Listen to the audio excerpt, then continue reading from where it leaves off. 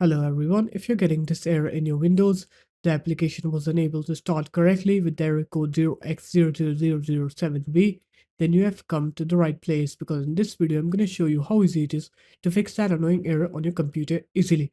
First off, what you're going to do is you're going to open up your web browser, you're going to search for Visual Studio AIO, you're going to go into this Tech Power Up link,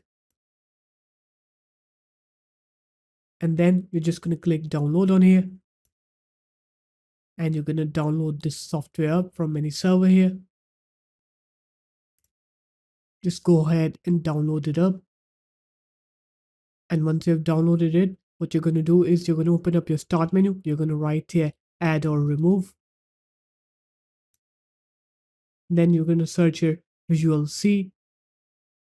And then you're going to uninstall all of the Visual C++ studios that you have installed before.